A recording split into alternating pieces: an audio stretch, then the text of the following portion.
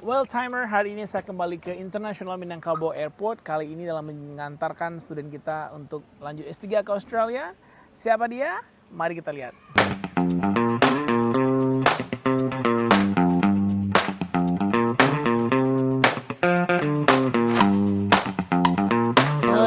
Congratulations ya.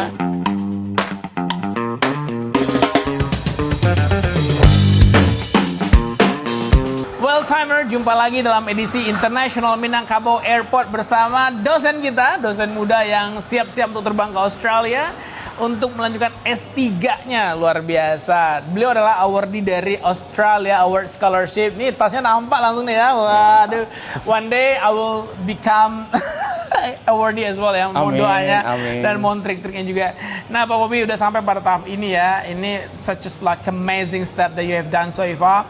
What is the very big obstacle until now as you believe? Maybe the major obstacle is language. Maybe because I know that the English in the Australia is Australian English. They have very many slang language. It's I think I need to learn more about the Aussie English. Aussie English. Like a breaky, others.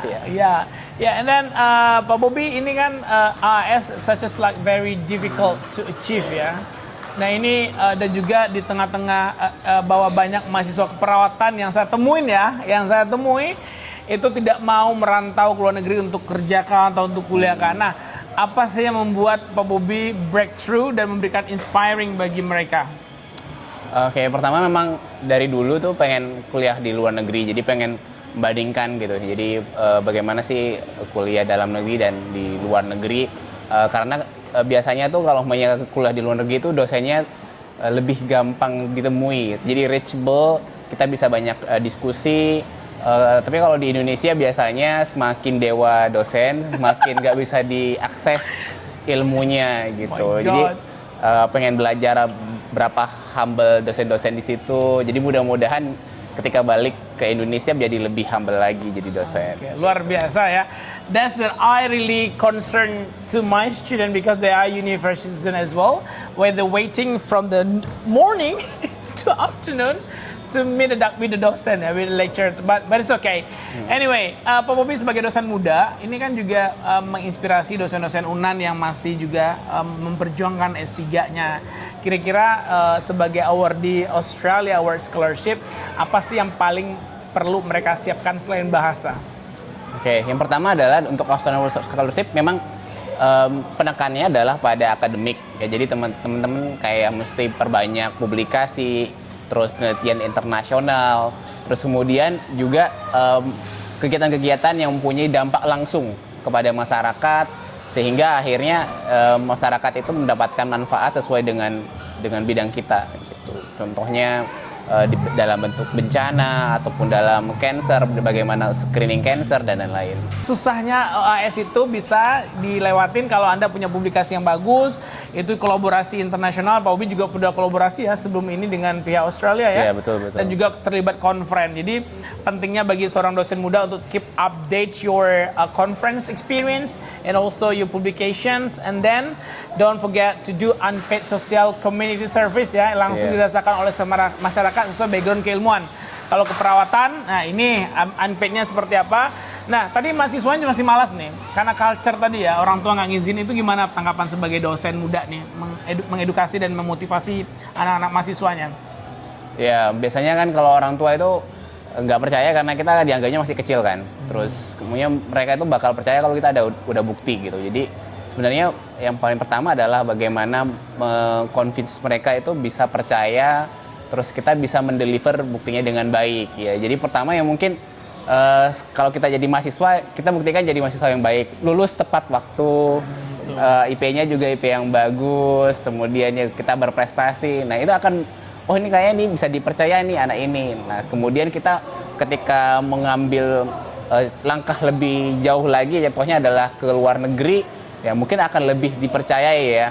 Wah ini bertanggung jawab nih anaknya gitu. Oke, saya langsung ke sebelahnya nih, mahasiswa dulu, sekarang udah jadi mahasiswa, ada alumni. Masih Mahasiswa, oke. Nah, saya sini ya. Oke, can you introduce yourself in English? Bobby dekat aja apa? Dekat aja. Nah, come on, can you introduce yourself in English, please? Gak bisa. Gak bisa. Nah, ini bukti satu ya. Ini Unan ya? Iya betul. PR besar Unan kalau terima mahasiswa itu harus pakai IELTS 6,5. Ya. Agak sedikit berat ya. Berat, sangat berat ya, Bapak. sangat berat. Ya. 75 lumayan lah ya. Nah, kamu nggak kepikiran juga untuk luar negeri? Karena temanannya sama Pak Bobby kayak berkeinginan, punya keinginan untuk ya lanjut studi di luar negeri, bisa merasakan gimana vibes belajar di luar negeri gitu ya. Memang betul ya disampaikan sama Pak Bobby tadi ya, kayak dosennya lebih humble, lebih mudah ditemui, lebih mudah untuk diskusi, lebih mudah untuk ditimba ilmunya seperti itu. Nah, kamu semester berapa sih sekarang? Semester akhir. Oke, berarti harus dari sekarang dong nyiapin bahasa Inggrisnya ya. Nah, sembari skripsian kamu harus nyiapin bahasa Inggrisnya di mana? Di mana bahasa Inggrisnya? Trans Language Center. Pak Bobby ini adalah alumni dari program intensif IELTS Camp ya waktu itu, dan alhamdulillah berhasil mendapatkan AAS, dan hari ini pada tanggal 4 Juni 2025 akan bertolak ke Jakarta, kemudian 11 Juni akan flight to Brisbane ya. Yeah. From Jakarta to Brisbane. Hondanya moga lancar ya. Nggak lancar, kita doakan Pak Bobby lancar flightnya. Nah, aku masih penasaran dengan mahasiswa satu ini. Berarti kalau nggak terinfluen dengan Pak Bobby, Anda nggak akan tertarik untuk keluar negeri? Ya, sebenarnya pernah ikut kegiatan internasional. Jadi memang itu salah satu langkah ketika ya experience gimana pembelajaran dari mahasiswa internasional, kemudian bagaimana dosen dari mahasiswa internasional, sangat humble banget gitu. Jadi tertarik karena tertantang untuk belajar secara skala internasional seperti itu. Sekarang udah punya publikasi kah? Publikasi sedang ongoing. Oh, that's great. Keren. Wah ya. Suhunya Pak Bobby ya. Nah. Oke, nah buat Pak Bobby nih, anak-anak muda yang di luar sana, apa sih pesannya buat yang masih pengen keluar negeri, ikutin jejak Pak Bobby S3 keluar negeri? Pesannya adalah ya, pertama adalah kalau kita punya keinginan, yang dilakukan adalah persiapan dahulu gitu. Jadi kita apa sih yang perlu dipersiapkan untuk keluar negeri, contohnya bahasa. Yang kedua adalah modal juga, karena ya walaupun ada beasiswa, kita tentu ada modal, apalagi kita mau bawa keluarga.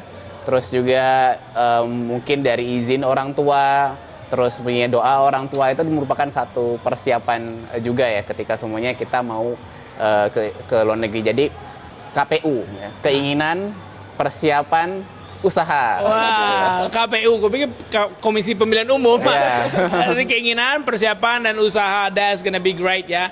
Oke, selamat berjuang nanti di Australia, di negeri kerang guru ya, Brisbane. Itu kemarin ada silikon ya, badai apa di Brisbane kemarin.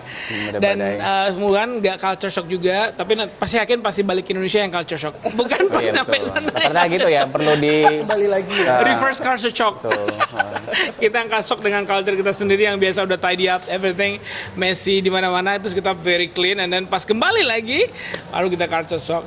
Wah, oke, Andalas University, I know you're gonna be the world class university. Of course, you're gonna prepare your lecture, your student with English as a lingua franca, and then hopefully the Andalas University student and lecturer and Civitas Academica mampu mewujudkan visi misi Pak Rektor menjadi kampus yang bertaraf internasional.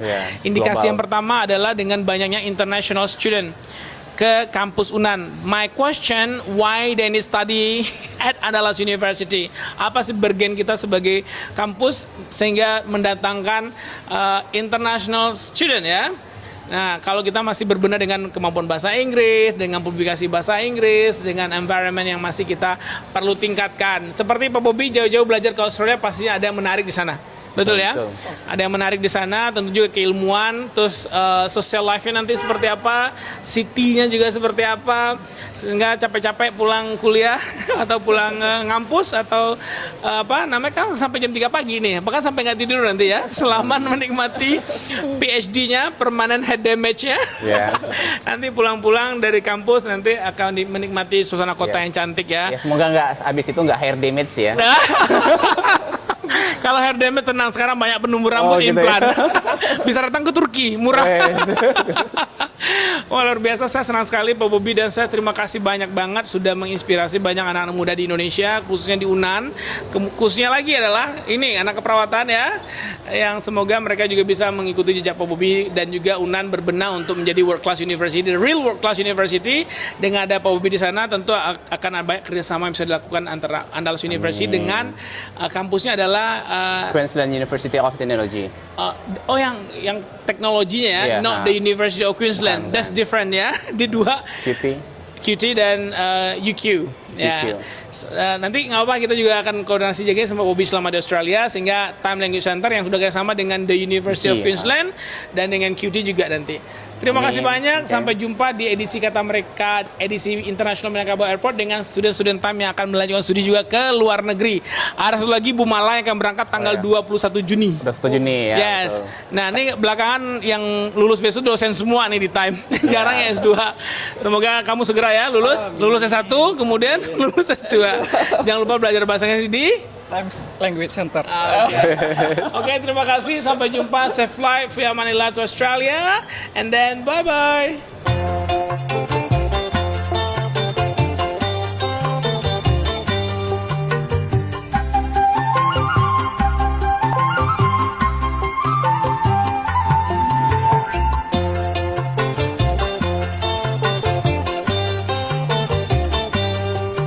Ya, para scholarship hunter, satu lagi student Time Language Center yang berangkat ke Australia dengan program Australia Award Scholarship. Ya, semangat buat para pejuang scholarship. Yang pertama yang kamu miliki adalah satu, prestasi akademik, apakah publikasi, IPK yang bagus. Yang kedua adalah unpaid social community service, bagaimana keilmuan kamu mampu berpengaruh kepada masyarakat. And then, multidisiplin ilmu, misalkan seperti Pak Bobby yang sebagai perawat yang menganalisa cancer dan malnutrisi. Dan tentunya kamu juga memiliki komunikasi yang baik. Dan tentunya juga adalah kemampuan bahasa Inggris yang keren bersama Time Language Center persiapannya. Jadi buat kamu para pejuang scholarship, tunggu apa lagi? It's time to build our futures with Time Language Center. Dan sampai jumpa di edisi Bandara Internasional Minangkabau Airport bersama para student Time Language Center.